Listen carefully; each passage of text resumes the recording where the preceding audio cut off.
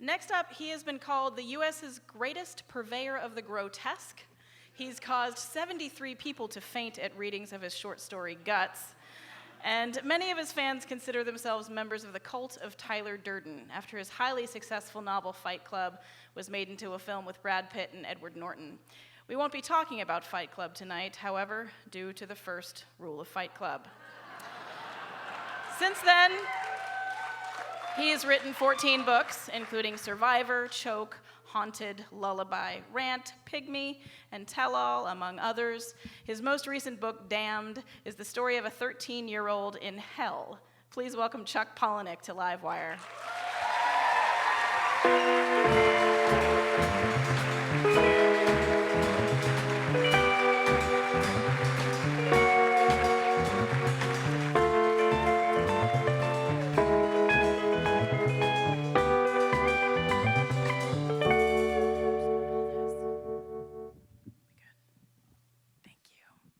Welcome to Livewire, Chuck. Thank you, Courtney. It is great to finally have you here. Yeah, you might want to pull that a little closer to you. So I want to talk about this passing out thing. You have lost 73 people to fainting at your short story, Guts. What does it feel like as a writer to actually knock people out with your words? It's well over 200 people now. I just quit counting. But the extraordinary part is when, from the stage, you see all these people who kind of hate each other, who kind of resent the fact that they're all crowded together and they have to share this space with people that are actually in physical contact. And then when one person faints, the entire crowd goes nuts because they think this person has died. Yeah. And from my perspective, I see the person waver and come into more contact with the people adjacent to them. And those people are just appalled that they're being touched so much. By strangers, yeah. But once they fall to the floor, the entire crowd gets up. And they suddenly go from hating one another to really being completely enrolled in the well-being of this person on the floor.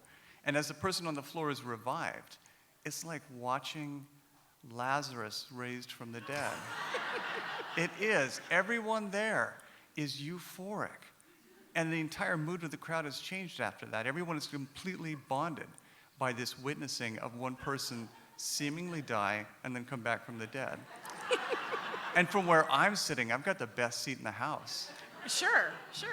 But I mean, there are writers who want to make people cry, and certainly, when you write comedy, you have a specific goal. I want you to laugh. You've never written anything specifically wanting this to happen. What is your goal with these stories? How do you want to make people feel? Or what message do you want to get across? I really don't want to make people feel anything. I just don't want to waste my time, and I don't want to waste your time. In a way, it doesn't almost matter what they feel as long as they walk away thinking, I will never forget that. That is something good or bad that will stay with me for the rest of my life. Mission accomplished, I'd say, on that one. Absolutely. And I read the story last night, and you can find it online. It's on I believe your website. And it's extraordinary. And it's weird to try to cover your eyes while you're reading something. It's just doesn't feel logical. But I also, you're in a writers group actually with Lydia and with thriller writer Chelsea Kane and clown girl writer Monica Drake, Cheryl Strayed, a lot of amazing writers. And I spoke to Chelsea about what you were like to work with in the group. And she said if she brings in a story that's really gory, that has the rest of the group pale, you'll say, yes, but what does it feel like to drag a scalpel through flesh? Is it like cutting through the skin of an eggplant? Does it pop? What makes you so comfortable with gore, do you think? Well, my theory is always to write to work to the strength of the medium. And that there are things that can be done in books, because in books the thing is not literally having to be presented in front of people. And the book is going to be presented to people who have to be of a certain education to consume it. And it's also a very intimate nature of consumption. So it's one person making the agreement to read this thing. And so a book can do things and talk about things that no other form of mass media can. So that's why I say, take those things to the extreme, because this is the only storytelling form that can go to those extremes. That's why I'm always pushing. Yeah. Well, and if you this new book, I was really surprised by it. First of all, I mean, I think that you've been funny intermittently throughout other books, but this book is pretty consistently funny, Damned, and it's actually coming out on October 18th. But also, you wrote it from the perspective of a 13-year-old girl. What made you do that with this book? My publisher. Originally, the narrator was 11 years old, but the publisher thought she was just too smart, so the publisher asked to make her 13. And I argued that when we read Jane Eyre, I believe, opens with the narrator being 7 years old.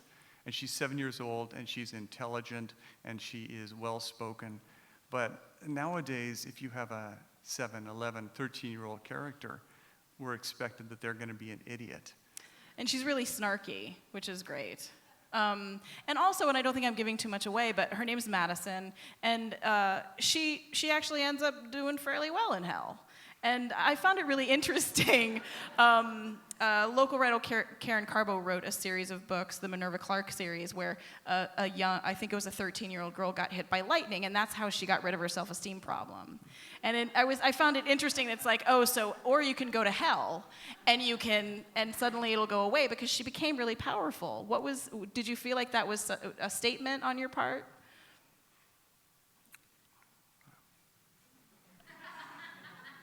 That was a big, big question.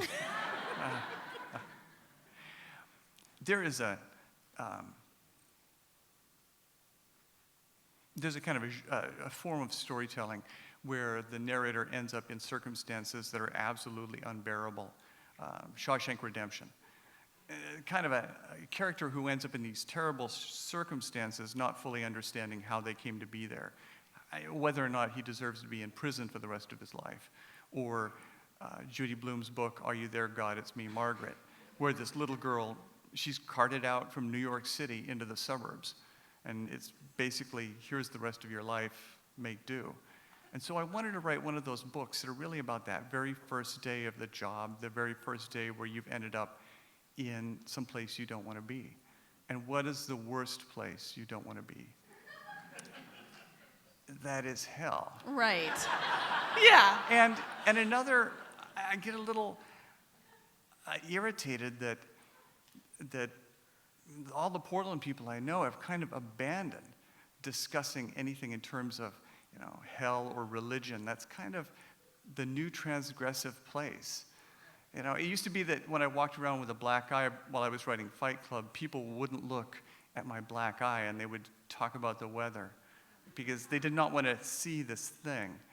And now, if you want people not to look at you, wear a cross. They will look everywhere but at your tits. Well, and you clearly did a ton of research on hell and different versions of religions and their different versions of hell. I know that you were in kind of a dark place when you wrote the book anyway, but was it kind of dark to just be steeped in hell in this way? I wrote the book while I was taking care of my mother in the last year as she was dying of lung cancer. And so she was very high and behaving like the little girl that she used to be, which was terrific. And she was rereading all of her favorite books that she had read as a little girl. So those are all the books that Madison really loves. And so in a way, I was just kind of documenting this person that I never knew that she had been, this wonderful sort of carefree person who was going to die. And so it kept me busy, and it gave me a way to vent those feelings. But I do regret the fact that I moved into her house with armloads of books about hell and demons. And on her deathbed, I'm sitting next to her, reading these huge textbooks about demonology. That could not have been a comfort. Well, but in the book, Maddie is, she's addicted to hope. Like, she just is not willing to let go of it. Was that sort of a reflection of what you hoped for your mother? Oh, I think it always is, that you hope something will happen. I paid $15,000 for that Tarsiva. That didn't work. And you can't get a refund. You don't get your money back on experimental cancer drugs. No way. You're just out of luck. Right. Down the toilet. Could have bought a car with that.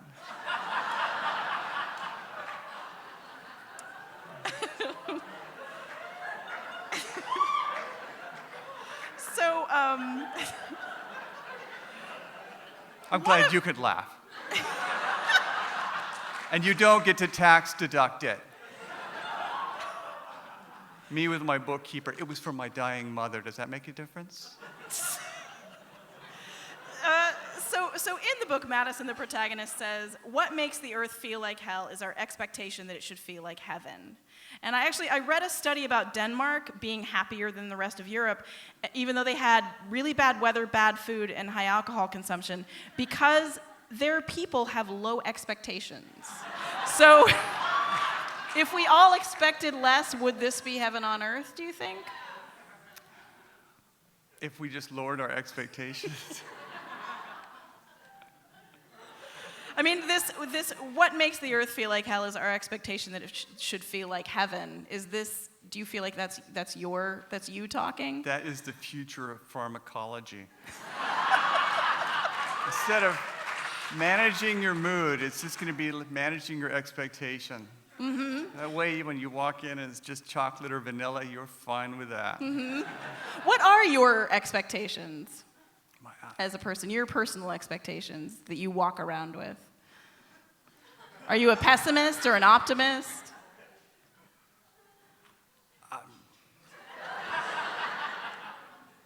No, I think I'm a romantic. I'm one of these horrible romantic people that realizes that no matter how terrible it is, there will be another is. And just another chance for you to fail. Sorry, that's me. That's totally me. That's totally me. Fail better. Yeah.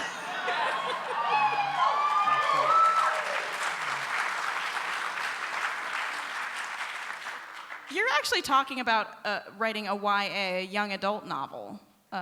You're holding it. So this is the YA novel. Except for the part with the sex with the giant. Right. There's a few things in here, Chuck, that I'd like to discuss with you if this is a YA novel. Wow. Okay. But it feels like the next step would be a children's book. If you wrote a children's book, what would your children's book be about? You know, I pitched it, and I shouldn't give it away, but I love the idea of, they have what they call body farms now. And a body farm, Mary Roach writes about these quite a bit. They're these huge outdoor facilities where they take human bodies, dead bodies, and they distribute them in different conditions, partially submerged, hanging from trees, out in the open, and they monitor how they decompose, and they monitor all of the different effects of the environment on these bodies so that they can do better forensic work at actual death sites. And so I love the idea of a little boy